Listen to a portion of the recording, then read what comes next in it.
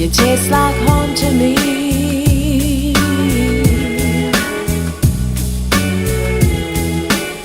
Echoing, reverberating, I am now remembering your kisses a dream.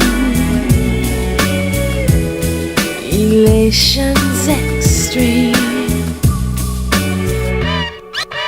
One step closer, I am one step closer to heaven. And now I'm never the same, girls, why? Oh no, I'm never the same now, never the same, girls, why? Not the same girl you loved last night.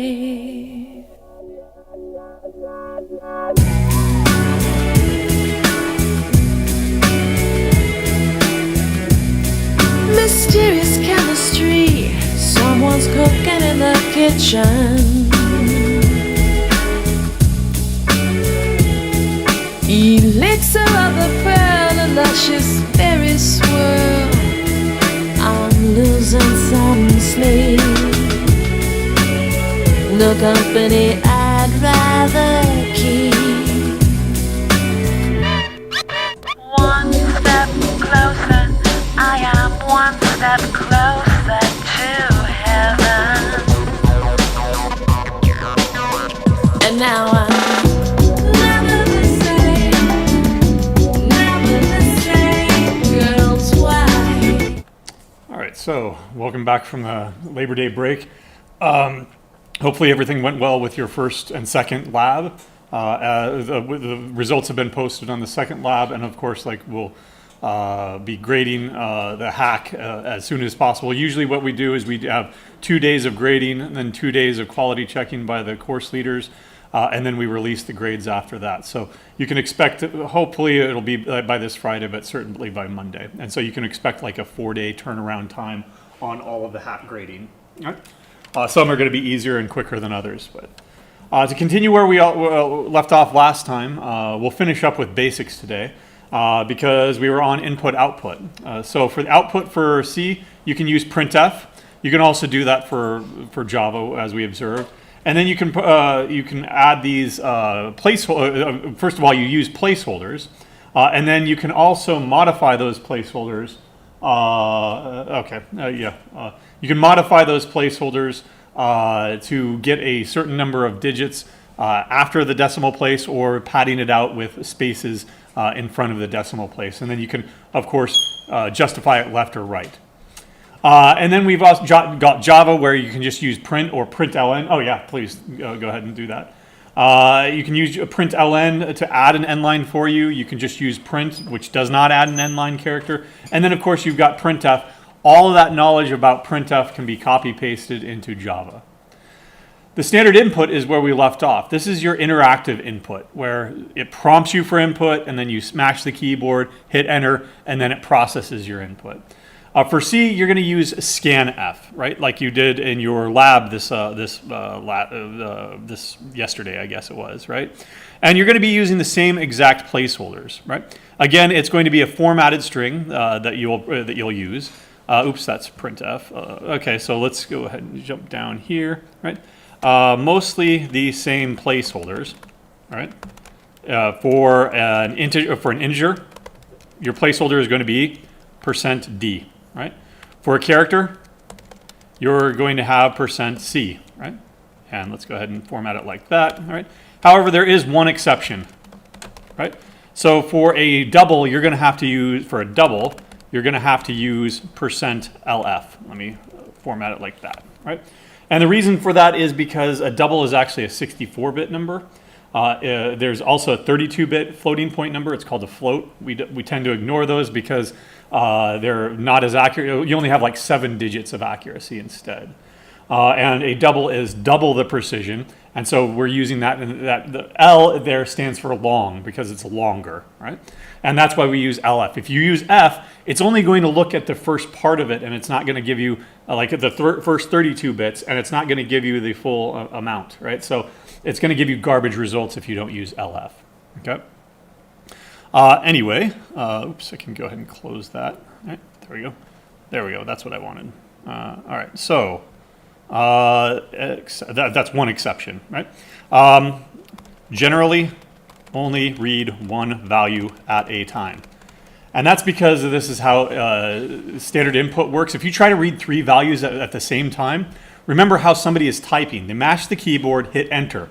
That enter is the signal to tell scanf, okay, scan what's been typed so far.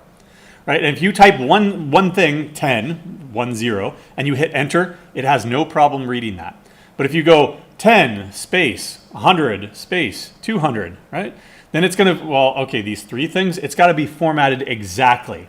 Not only that, but there's this thing called flushing. That enter is part of the input. So if you hit 1 0 enter, then 1 0 and then the enter key is put into the standard input, and then you have to get rid of that somehow. If you just read one value at a time, scanf takes care of that for you. But if you read multiple values at the same time, scanf doesn't. So don't program yourself into a corner. Just keep it simple. Just read one value at a time because we're almost immediately going to get rid of this anyway, right? All right, so as an example, here's our program again. What we're doing is using scanf here.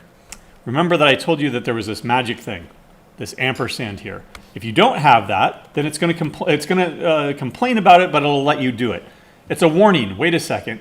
This is a double, and there's no ampersand in front of it. Are you sure you know what you're doing? Yes, go ahead. All right, A dot out. Let's run it. Right. Enter miles, 10.5. It's probably going to give me garbage results there, right? And actually, I would have expected like a segmentation fault or something like that, but I got away with it. Like an error, like a fatal error that would have killed the program. But we got away with it in this case, right? It's not giving you the values that you want because you forgot the ampersand. So for now, remember the ampersand, right?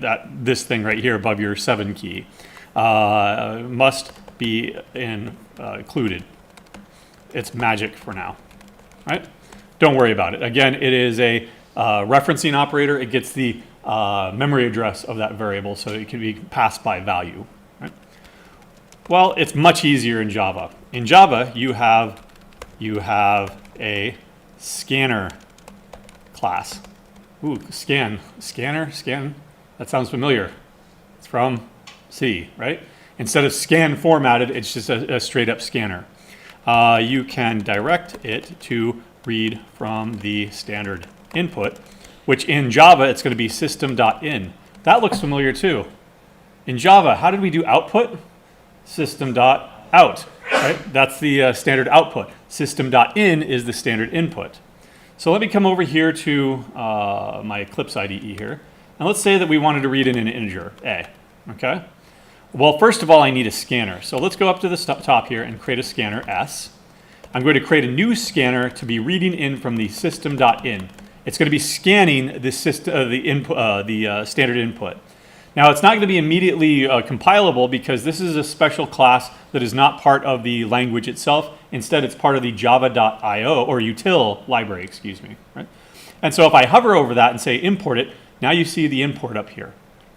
Okay? java.util.scanner.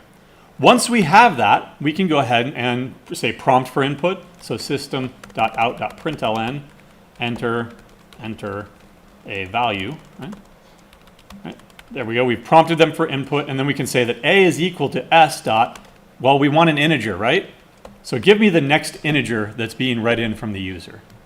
And I'll repeat it out to them. System.out.println, you entered, and then I'll go ahead and concatenate. We'll talk about concatenation later on, A. All right? There's my program. All right, let me go ahead and run it. Now down here is your console. This is where you will type. Black means that it's standard output. Standard input appears in green. Right? And standard errors will end up outputting in red to give you an indication that something went wrong. So if I do everything correct, it's fine, right? It executed. It waited for me to enter the input and then hit enter. What if I didn't enter in a value, like an integer value? 1, O-N-E. Is that an integer value that you can be parsed out? Nope. So I get red. That's standard error, right? There's an input mismatch exception. They gave you bad input. We'll talk about how to do that a little bit more elegantly later on when we do error handling, okay? Well, how would you do a double? B is equal to, or let's go double, B is equal to, I'll use the same scanner, dot, next, double. What if you wanted a character? Next, char, right? If you wanted to read the entire line, everything up until they hit enter, you could just go next, but we won't have use to do that. Right? So let me go ahead and reprompt and say enter another value. Right? And so I'll print out B this time. B. There. Run it, and 120 so that it doesn't die. Right? Let's enter another value, 3.5, and you entered in 3.5. Now on the double, if I don't enter a double, say I only entered in 3, right? That's still going to work because 3.0 is a double, right? 3.0. But if I tried to do something really weird, 120 here, and then 3.5 and change, right? I wonder what's going to happen, right? Again, input mismatch exception there. It had to be a pure number there, okay? All right, so there's your example in Java, and again, we're going to immediately get away from this because nobody is sitting there, for 99% of all of the software out there, nobody's sitting there mashing the keyboard, right? Even consumer-facing software doesn't really have a command line interface like this. Consumer-facing software has a bunch of nice shiny buttons for people to push, right? It has what's called modal interaction, that you try to prevent the user from doing bad things. For example, if you ever try to delete something, what does it do? It prompts you with a little window, are you sure you wanted to do this, right? And then you say yes or no, right? You try to prevent users from doing bad things, or you only restrict their attention to one thing. That's good user interface design. Here from the command line, we are gods. We can do anything we want, right? Actually, we're not. Only if we become root can we do anything we want, and using sudo, right? Sudo is super user do the following, right?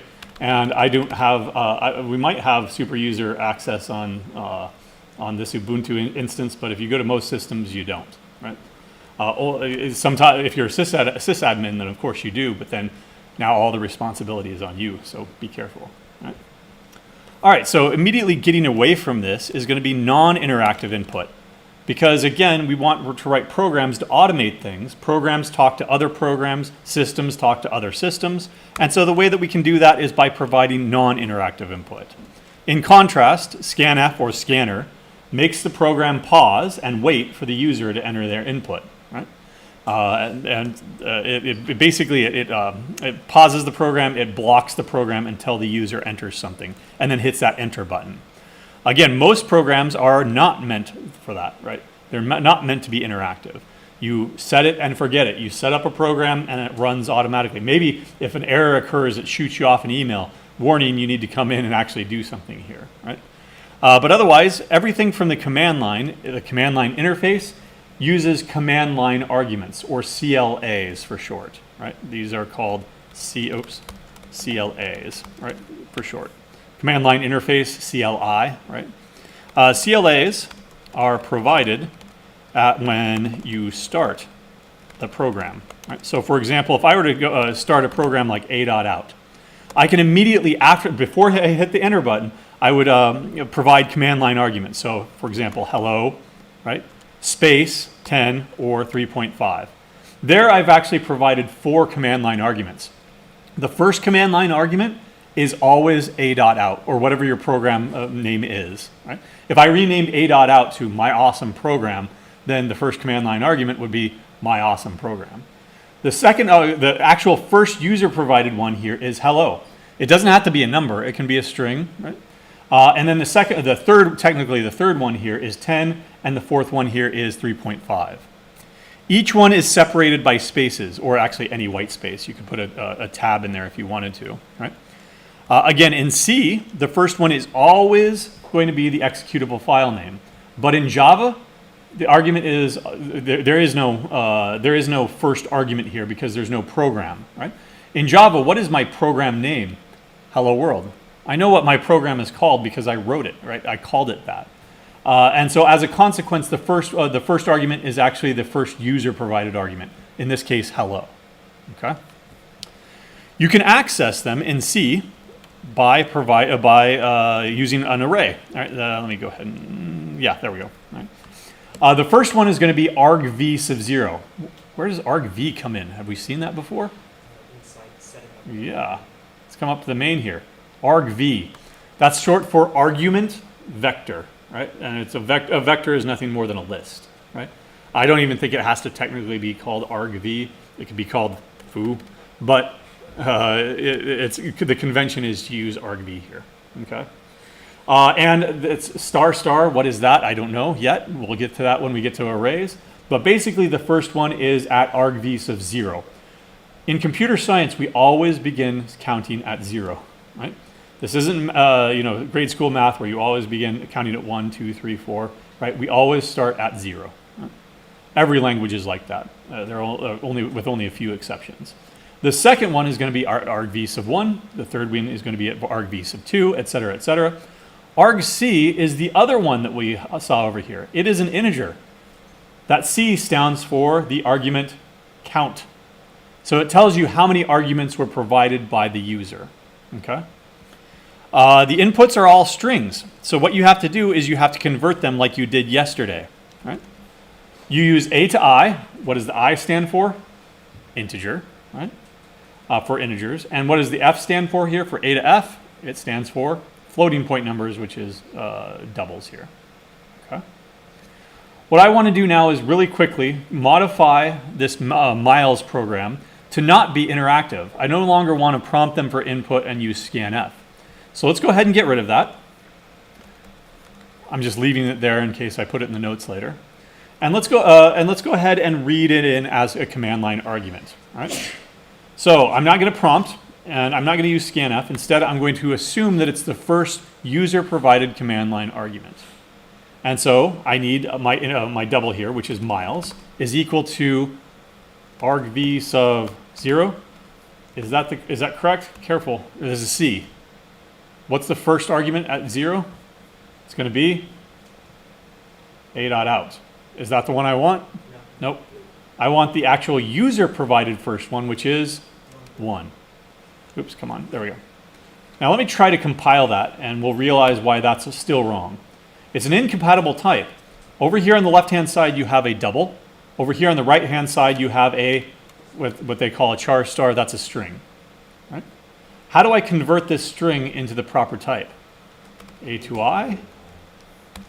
So remember that this is a double, and the I stands for integer. So how do I convert it to a floating point number? Float. There we go. A to F. Otherwise, if I entered 10.0, what would have happened? It would have converted to an integer, which would have been 10, right? Cutting off and truncating that floating point value. Right? All right, GCC. Now, instead of prompting for input, I give it right here at the command line, 10.5. 10.5 miles is equal to 16.89 and change. What if I didn't provide that command line? Well, here, what if I did 10, right? TEN. Right? Yeah, it's going to see that T, right? And it's going to say, well, that's no number I've ever heard of. So what have I parsed so far? Nothing. What's the numerical value of nothing? 0 miles. What if I had done something completely different, like, say, 10.5 and then hello? I provided 2 command line arguments, technically 3. Right? It's just going to ignore that other one. What if I went the other direction and I didn't provide any command line arguments here at all? It's expecting one, right? So in this case, it might be 0, but in this case, it's actually going to be something far more fatal, hopefully, a segmentation fault. It tried to read a memory location that didn't exist. It tried to read that argv sub 1, but there is no argv sub 1 because you didn't provide it. How are we going to handle this situation? We need conditionals. We need to check. Is the number of arguments that they gave me 2, because of course, that first one is always going to be the command line, the executable file name. So if argc is not equal to 2, bad input. What can we do in this case? We can tell them it was bad input and include miles in your arguments. Doofus. Right? And then we can go ahead and quit on them. This is what we're going to concentrate on next, this condition here. Right? This condition checks to see if there are the number of arguments 2 or not. And if it's not, then we've got bad inputs. We tell them, give them an error message, and then we quit on them. Right? Let me show you really quick here. A.out, include miles in your arguments. Now it wasn't a segmentation fault. It was a user-friendly message of what we need to do. It tried to guide them to the correct input. All right. How is this different for Java? Right. Again, the first argument is not the executable file because that's the class name. Right? It's already built in. To convert value or to access values, you use args sub 0, args sub 1, args sub 2. Why? Because they don't talk about vectors. Args is just plural for arguments, right? Args 0, 1, 2, 3, etc., etc. To convert, you can use either, say, integer.parseInt, or if you're trying to convert it to a double, it would be double, big D double, dot, what do you think? Parse double, right, there we go. Okay. So same idea over here. In fact, what we'll do is we'll take this entire program and let's just go ahead and try to convert it all over here to Java. Right. There. All right, do I have to change my variable declarations? Nope, same in both languages. argc, there's a way to get the value here. Remember, here it's different. There's no argc, there's no argv. Instead, it's just one argument, args. That's because in Java, the length of an array is built in. args.length. Do I want to check for 2, though, in this case? Remember that first one, that's a C thing. I just want to check for 1. If it's not 1, then I need to include arguments. Ooh, how do I convert printf? System.out.printf. There we go. How do I do exit? That's a system thing, so system.exit. Right? I'm going to completely ignore those. Right? All right, so I need to convert miles. First of all, is it argv? Nope, it's args. And is it the second one starting at 1? Nope, it's at the first one. I don't have A to F. Instead, I have, what was it? Double dot parse double. There we go. I don't have KMS per mile. So I could go back over here and simply just copy and paste this, this thing right here, right? And replace it. But remember, we don't like magic numbers. So what I'm going to do is I'm going to show you the equivalent here in Java. Double KMS per mile is equal to that. But it's changeable. Down here, I could say KMS per mile is now equal to 2. Does that seem right? Kilometers per mile should not be changing. So what we can do is we can add a modifier here. Const. Right? Come on. Double const. Okay. Double const. Oh, come on. You're making me a liar here. Const double. You should be able to do this. Oh, no. Duh. What am I thinking? Const is in C. We'll talk about that later. And const is a reserved word in Java, but it doesn't do anything. That's why it's in purple, but it's a compiler error. Final is what you want in Java. Final means no, that you cannot change this. In fact, attempts to change this, like I did before, to 2, right? That won't work. Come on. Okay, it's not picking that up because there's other stuff down here. Let's go ahead and get rid of that. Get rid of that, and then system.out. And then it should complain about it, printf. There were other compilation errors elsewhere. Now it's going to pick up on that. The final local variable cannot be reassigned, basically. You made it into a constant, right? 1.6, and so trying to change it to 2 will not work. This is why you can't take, say, math.py and set it equal to 3. Right? No, it's not going to let you do that because that is a final. It's a constant. Okay. Did I have to change anything else? Same math there. I did have to put system.out in front of it. Right? But now let's go ahead and run it. Oh, okay. I'm not able to include my miles in my arguments. That's because there's no command line here. So to do this in Java, in Eclipse particularly, what you have to do is you have to go up, instead of the play button, right next to it, there's a drop down. Go down to run configurations. Right? And then you've got this box over here for arguments. And if you wanted to provide 10.5 as an argument, go ahead and enter that, apply that, and run it. Right? As many times as you run it, it'll give you the same result over and over. If you want to change the command line arguments, you need to go back to the run configuration and change it to 10.75. Apply that, run. And now it'll take 10.75 instead. And it's because there's, I mean, this is not a full shell command line over here. This is just a console for input and output. Okay?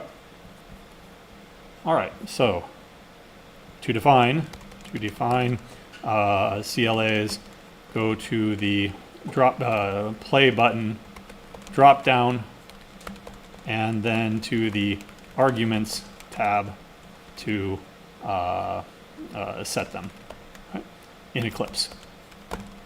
Is anybody using anything other than Eclipse? Yeah, what are you using? NetBeans, what? GitHub, oh, okay.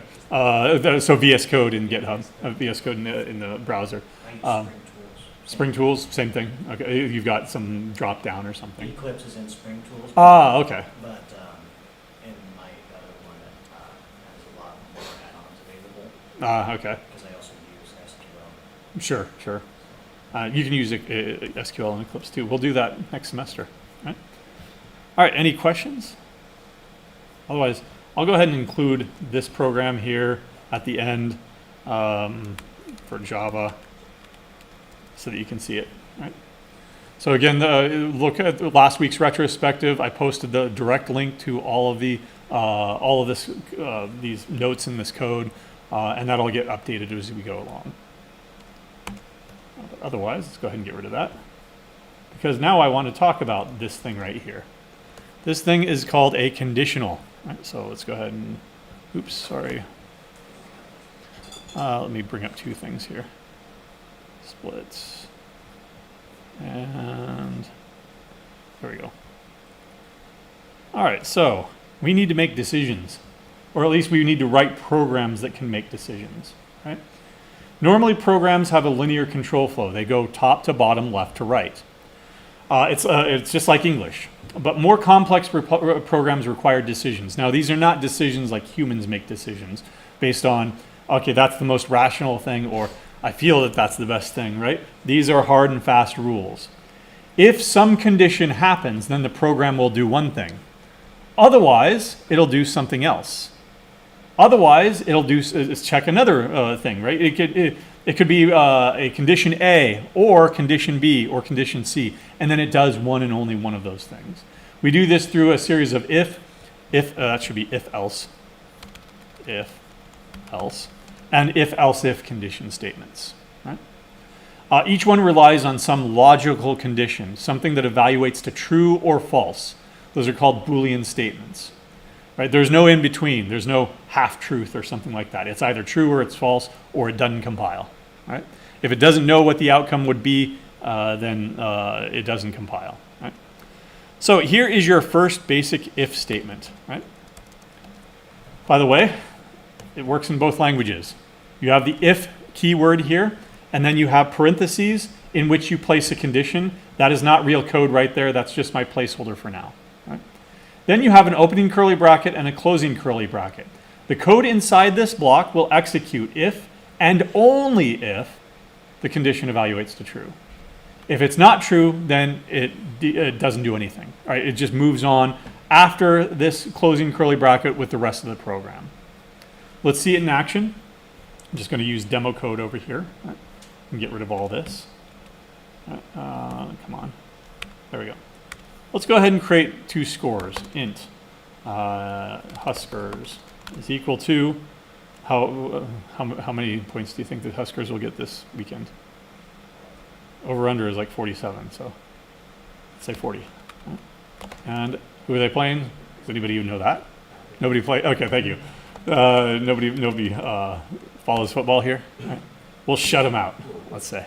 All right. So if what condition Huskers score is greater than Akron, then what's going to happen? Huskers win. There we go. Could go volleyball instead. They play not Drake. Play with South Dakota State or something like that on Friday. All right, even fewer volleyball folks here. We are a volleyball school, you know, right? All right, so Huskers win, and then printf done, right? So is this going to? I'm going to go ahead and compile demo here. Is this going to print out Huskers win or not? Oops. Okay. No, there's not.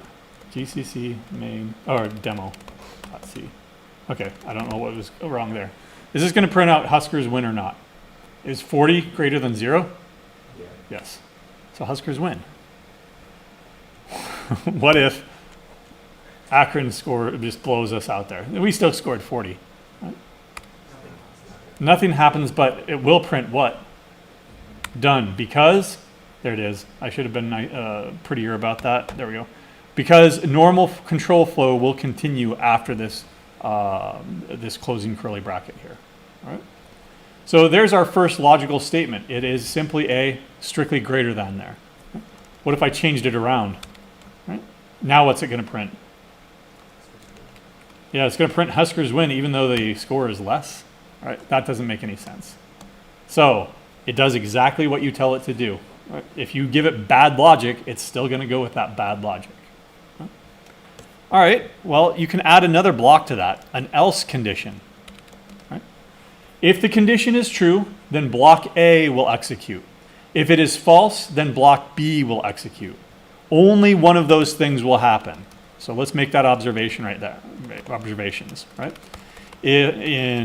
On if statement, if the statement is true, the block executes. If the statement is false, it doesn't.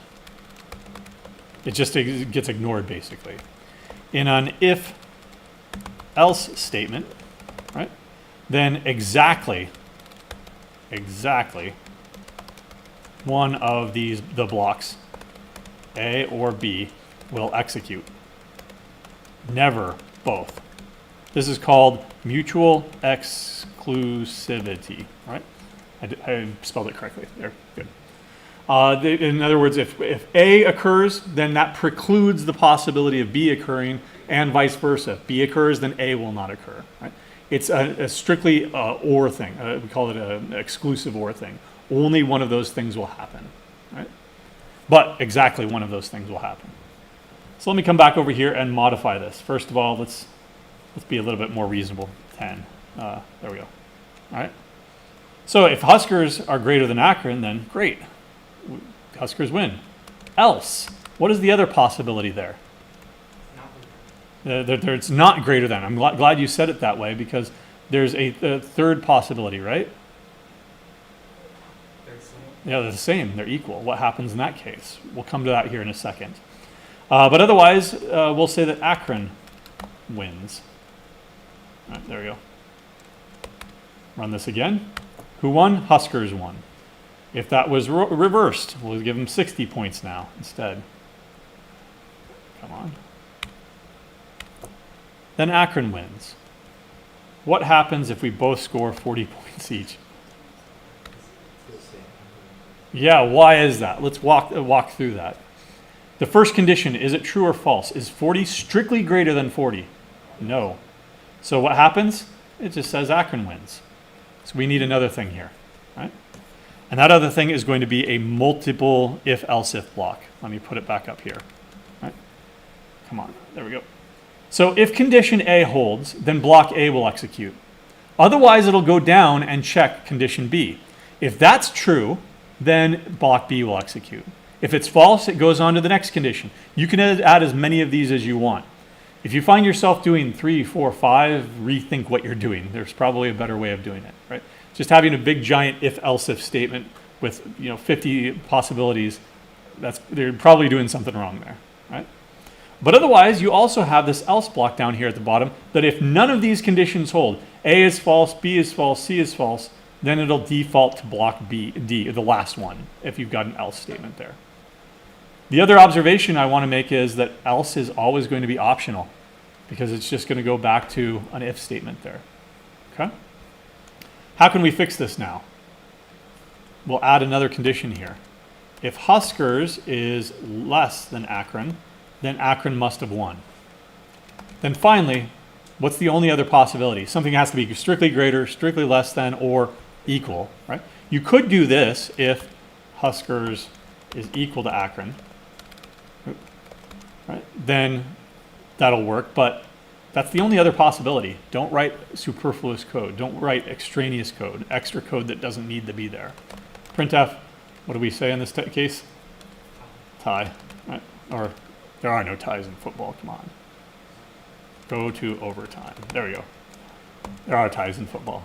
You can have ties in the NFL, especially preseason. Bears tied their first game, but their first preseason game, right? But you can have ties if it goes too long or weather, calls the game or something like that, right? Right? You can have ties in NCAA, right?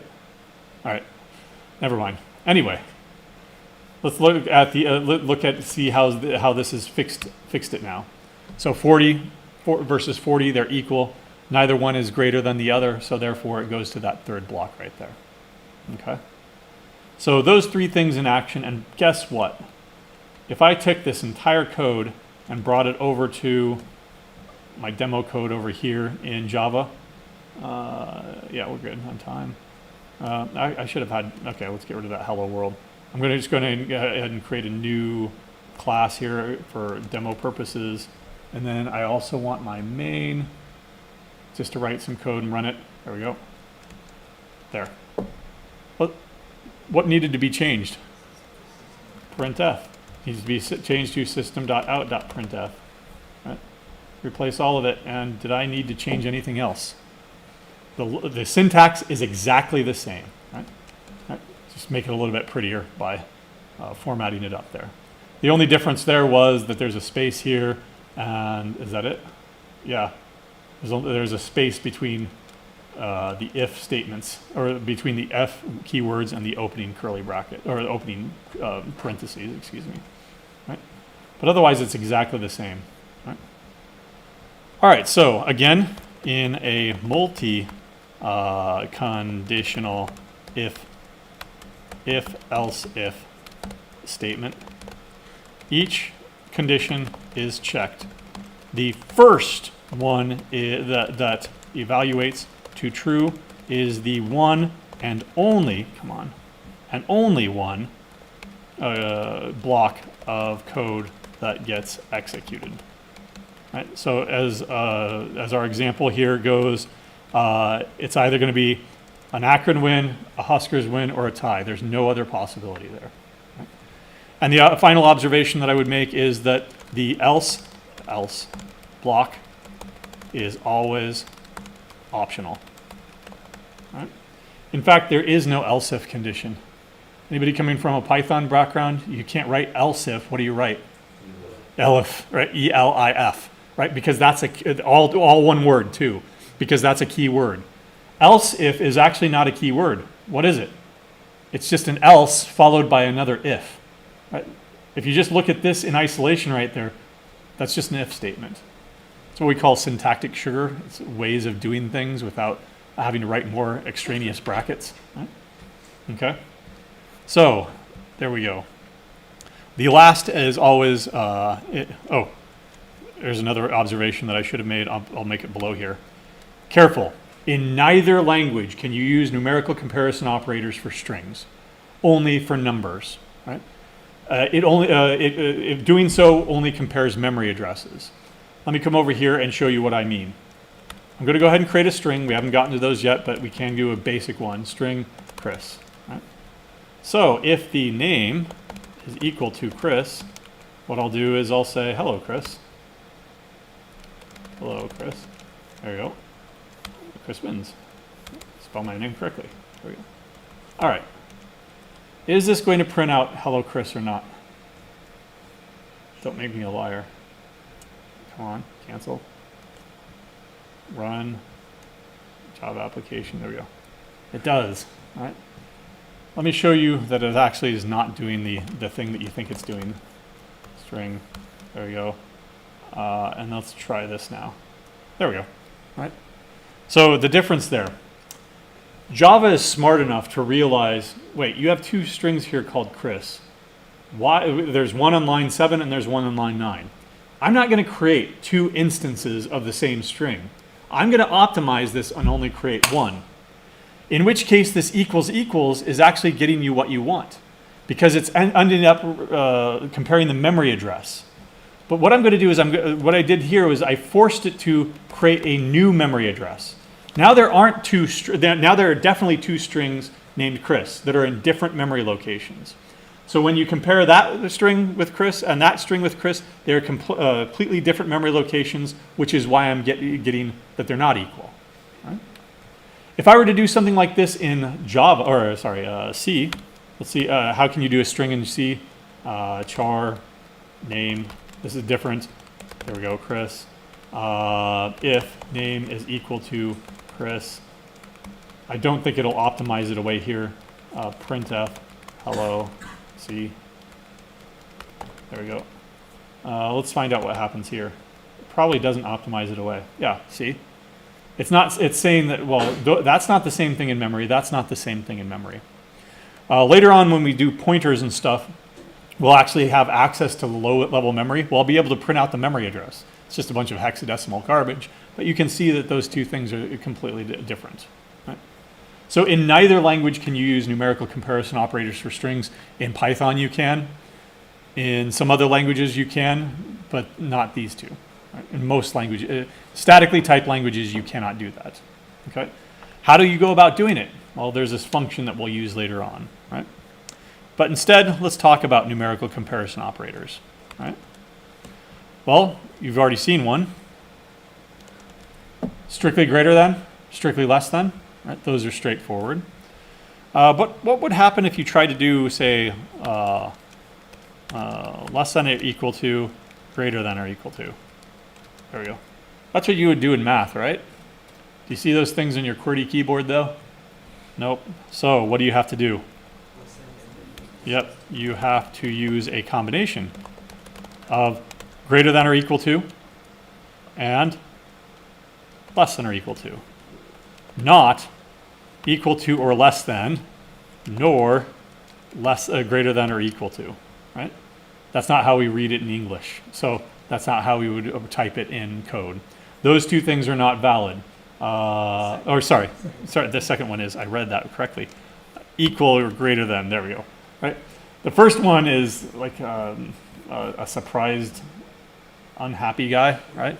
And this one looks kind of like an arrow. Some languages do support the arrow operator like that, but not this one. So I'm not even going to leave them in the notes.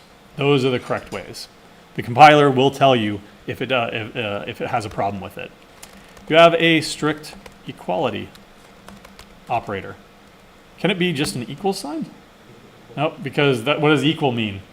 That's the assignment operator, to assign the thing on the left-hand side to the variable on the right-hand side, or other way. Thing on the right-hand side, assign it to the variable on the left-hand side. Right? So what do we have to do? Double equals. And inequality. So if I were to do inequality in math, it would be that thing, equals with a slash through it, right? We don't have that on our QWERTY keyboard, so how can we approximate that? Yep.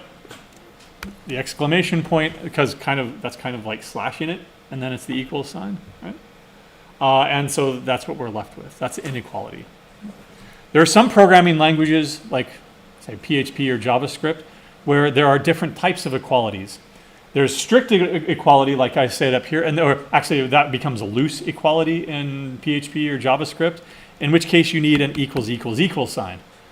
Is that thing an integer, and is that thing an integer, and does it contain 42, and that thing contains 42? Those are two different questions. Neither language uses that though, but you should be aware that there are some languages where you have to have three different equals signs. Okay?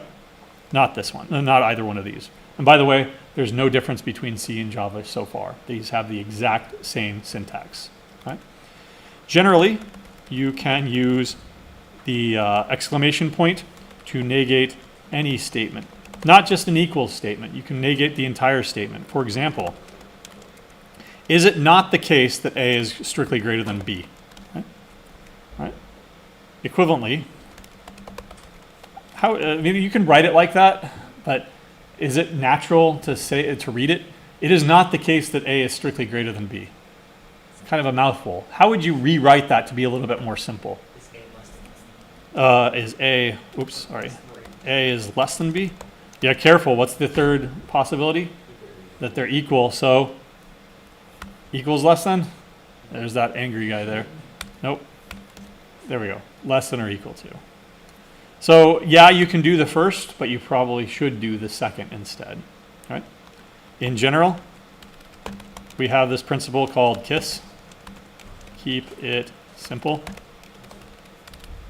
Don't call yourself stupid, Simon. I don't keep it simple. Superb. There we go. So keep things simple. If you can write less code, right, like this, more compact, more readable code, then you should do it. Keep it simple. Right? All right.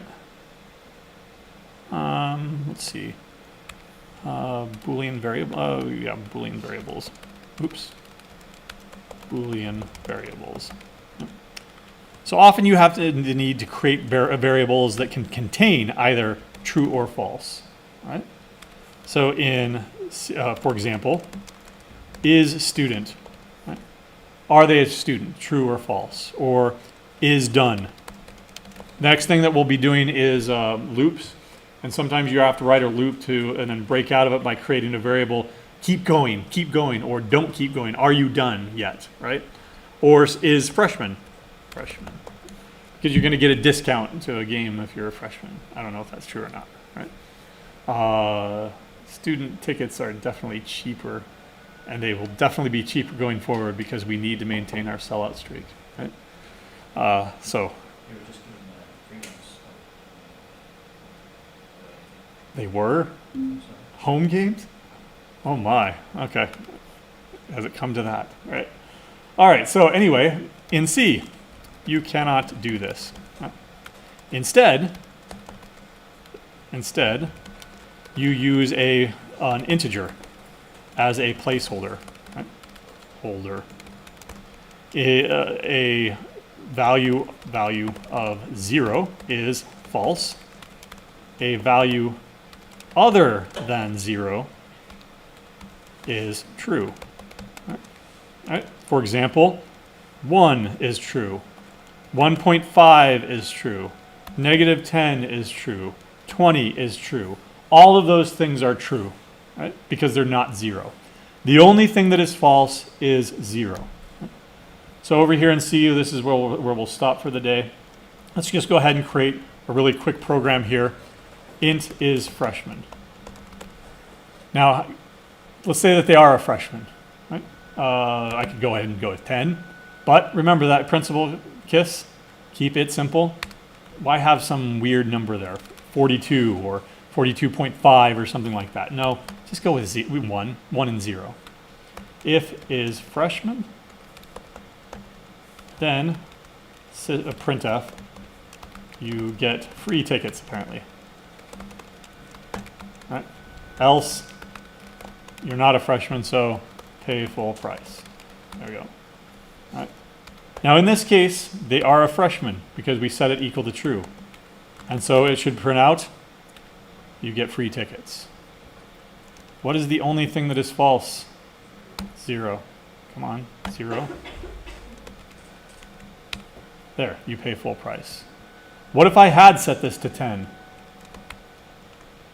Then you still get the free tickets. If I had set this to 42, et cetera, right? The reason that, that you should keep it simple is because, and then you shouldn't do this, but if is freshman is equal to 1. That's going to be equivalent if it's 1, right? GCC, right? You get free tickets because it's true.